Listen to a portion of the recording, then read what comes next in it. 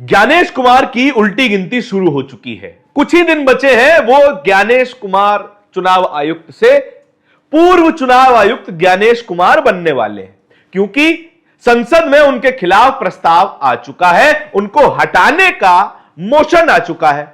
अब हो यह रहा है कि सांसद इकट्ठे किए जा रहे हैं, वो लोग इकट्ठे किए जा रहे हैं जो लोग चुनाव आयुक्त को हटाना चाहते हैं, और यह सब कर रहा है टीएमसी, तृणमूल कांग्रेस पार्टी, यानी ममता बनर्जी की पार्टी। और वो लगभग इस काम में कामयाब भी हो चुके हैं। जितना नंबर चाहिए, जितने सांसदों की संख्या चाहिए, उससे कहीं ज्यादा सांसद उस डॉक्यूमेंट पे हस्ताक्षर कर चुके हैं जो डॉक्यूमेंट कहता है कि अब चुनाव आयुक्त कोई और होना चाहिए। ज्ञानेश कुमार के दिन पूरे हो गए हैं। क्या है यह सबसे बड़ा पॉलिटिकल डेवलपमेंट, और क्या चुनाव आयुक्त ज्ञानेश कुमार नहीं रहेंगे? इसके बारे में इसी वीडियो में चर्चा करेंगे। नमस्कार, मेरा नाम धारण है, आप नेशनल दस्तक देख रहे हैं। जब से ज्ञानेश कुमार मुख्य चुनाव आयुक्त बने हैं, उनके ऊपर लगातार सवाल उठ रहे हैं। सवाल उठ रहे हैं कि वे निष्पक्ष नहीं हैं, सवाल उठ रहे हैं कि वे बीजेपी के कठपुतली हैं, सवाल उठ रहे हैं कि वे वही करते हैं जो बीजेपी चाहती है। सबसे पहले खेल शुरू हुआ एसआईआर से। बिहार में चुनाव से ठीक 6 महीने पहले एसआईआर करवाई गई, लाखों लाख लोगों के नाम काट दिए गए। जब चुनावों में गड़बड़ियों की बात आई, तब भी तमाम चीजें नकार दी गई। और जब भारतीय जनता पार्टी की एनडीए सरकार ने बिहार में ठीक चुनावों से पहले एक नई स्कीम लाकर 10-10 हजार रुपए महिलाओं के खाते में डाले, जब इस बात पर सवाल पूछा गया, तब भी सवालों को नजरअंदाज कर दिया गया। जब कहा गया कि पोलिंग बूथ्स पर जो सीसीटीवी कैमरा लगा है, उस सीसीटीवी कैमरा की फुटेज मिलनी चाहिए, उस बात को भी इग्नोर कर दिया गया। इसीलिए कहा जा रहा है कि अब ज्ञानेश कुमार के दिन मुख्य चुनाव आयुक्त के रूप में खत्म हो चुके हैं। अब हो यह रहा है कि नंबर इकट्ठा किए जा रहे हैं। नियम के अनुसार अगर आपको चुनाव आयुक्त को हटाना है तो फिर 150 सांसदों की जरूरत है। 150 सांसद, 100 लोकसभा से और 50 राज्यसभा से। अगर ये 150 सांसद राजी होते हैं, कहते हैं कि हमें चुनाव आयुक्त पर भरोसा नहीं है, तो फिर चुनाव आयुक्त को इंपीच किया जा सकता है, उनको हटाया जा सकता है। मौजूदा स्थिति क्या है? टीएमसी ने यह मोशन लीड किया है। टीएमसी तमाम सांसदों को अप्रोच कर रही है, कह रही है कि चुनाव आयुक्त को हटाने के लिए हमें ज्यादा से ज्यादा नंबर इकट्ठे करने की जरूरत है, ज्यादा से ज्यादा सांसद इकट्ठे करने की जरूरत है। और अभी तक 193 सांसद राजी हो चुके हैं चुनाव आयुक्त, मुख्य चुनाव आयुक्त ज्ञानेश कुमार के खिलाफ। और मुख्य चुनाव आयुक्त ज्ञानेश कुमार के साथ जो लोग हैं भारतीय जनता पार्टी के, जो उन्हें कठपुतली बनाकर नचा रहे हैं, ऐसा नचा रहे हैं कि जो बात भारतीय जनता पार्टी के कार्यालय से निकलती है, वही बात चुनाव आयुक्त अपनी जबान से कह देते हैं। एसआईआर की बात आई, एसआईआर में लाखों लोगों के नाम काटे गए, और लोगों के नाम चुन चुन के काटे गए। राजस्थान में एक केस सामने आया था, जहां पर एक बीएलओ पर प्रेशर बनाया जा रहा था कि आप मुसलमानों के नाम काट दो, लिस्ट में से मुसलमानों को गायब कर दो। और इस बात पर भी चुनाव आयोग ने कोई संज्ञान नहीं लिया। क्या चुनाव आयुक्त ज्ञानेश कुमार भारतीय जनता पार्टी के कार्यालय से चलते हैं? क्या उन्हें भारतीय जनता पार्टी के कार्यालय से ऑर्डर आते हैं?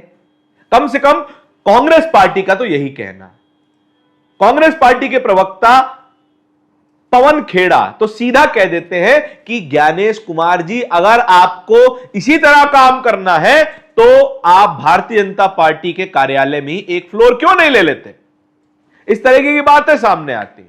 और इस वक्त की क्या स्थिति है, कुछ रिएक्शंस है, वो भी आपको दिखा देना चाहता हूं। प्रशांत कनौजिया ज्ञानेश कुमार की फोटो ट्वीट कर रहे हैं और इस खबर पे अपना विचार दे रहे हैं। Shameless CEC Gyanesh Kumar must resign, he has brought unprecedented shame from the office of Chief Election Commissioner. For the first time since independence, an impeachment motion have been brought against the CEC. with 193 MPs signed the motion.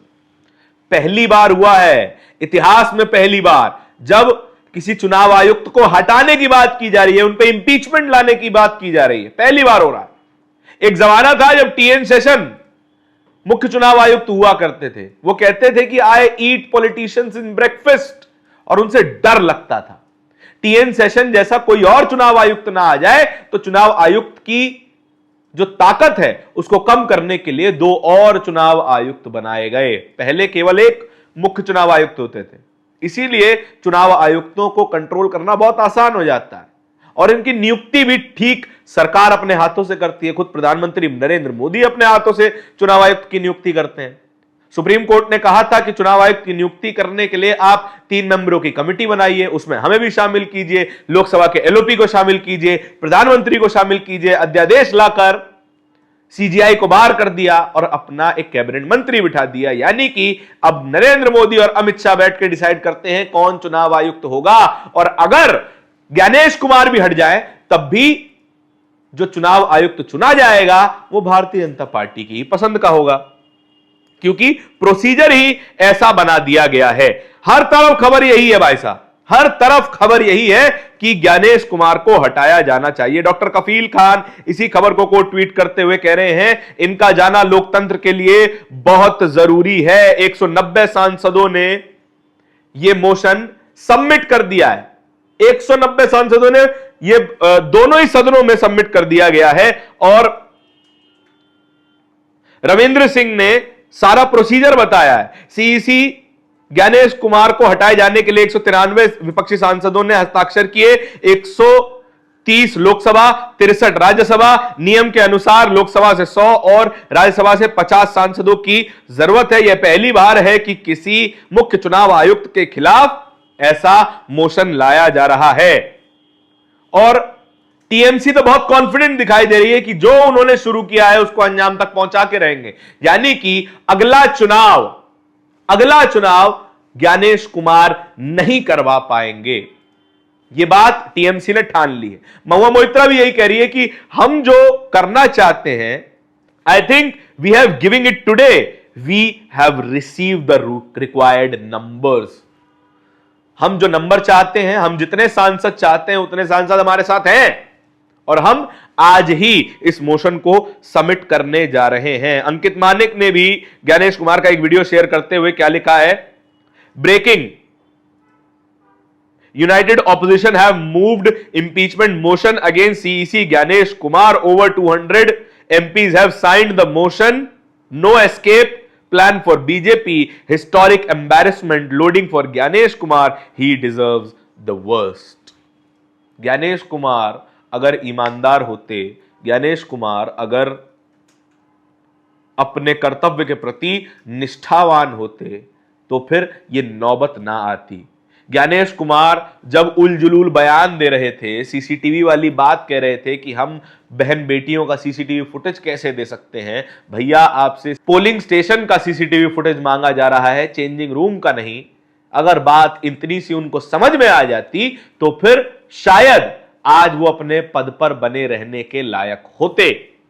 जब तमाम विपक्षी पार्टियों का 22 member का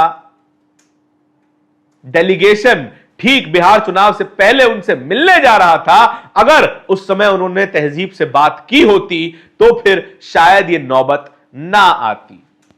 शायद यह नौबत तब ना आती जब तमाम विपक्षी पार्टी और पक्ष की पार्टियों को अगर उन्होंने समान तरीके से ट्रीट किया होता, अगर उन्होंने अपने कर्तव्य का पालन ठीक से किया होता, तो आज वे चुनाव आयुक्त बने रहने के लिए लायक होते।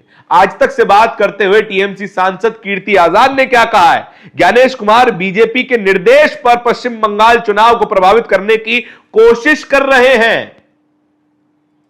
यह सबसे बड़ा संकट है, क्योंकि जो किला जो अभी तक भारतीय जनता पार्टी नहीं भेद पाई है, बंगाल का किला, उस बंगाल के किले पर हमला करने के लिए, उस बंगाल के किले को ढाने के लिए ज्ञानेश कुमार का और चुनाव आयोग का इस्तेमाल किया जा रहा है।